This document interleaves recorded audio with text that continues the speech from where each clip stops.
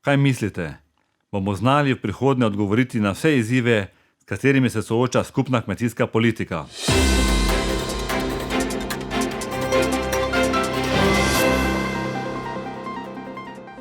Dobrodošli v Evropskih stoječih novicah.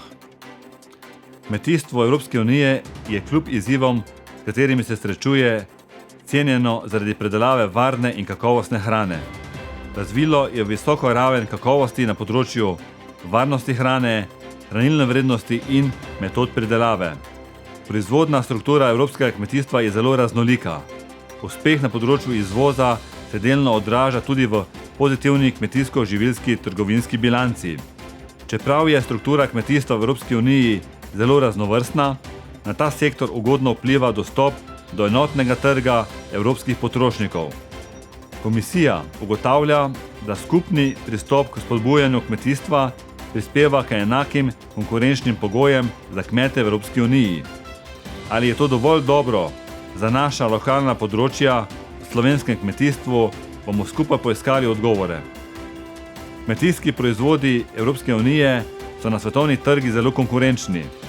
Leta 2017 je vrednost izvoza Evropska unija dosegla 137,9 milijarde evrov, kar pomeni povečanje za več kot 5% v primerjavi z letom 2016. Tudi trgovinska bilanca za kmetijsko-živilske proizvode v letu 2017 je bila pozitivna, s presežkom izvoza v višini 20,5 milijarde evrov.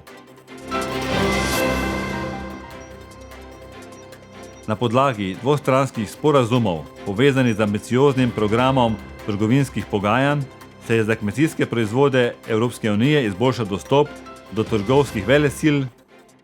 Primer je sporazum o gospodarskem partnerstvu med Evropsko unijo in Japonsko, ki je začel veljati 1. februarja 2019.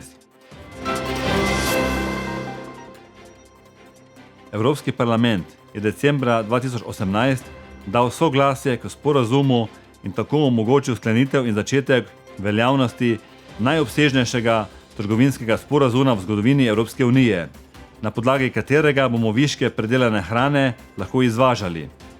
Kateri potenciali evropskega kmetijstva bodo pomembni v prihodnje? Komisija Evropske unije v sporočilu o skupni kmetijski politiki v obdobju po letu 2020 omenja pomen raziskav in inovacij.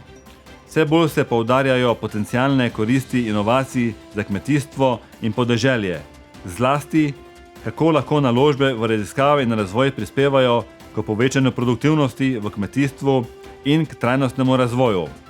Poskrbimo, da z odgovori na nove izzive tudi mi, kmetovalci, usmerjamo skupno kmetijsko politiko in aktivneje prispevamo, da bomo deležni pravih usmeritev novih raziskovalnih dognanj, ki bodo prispevali k boljšim rezultatom primarne kmetijske proizvodnje.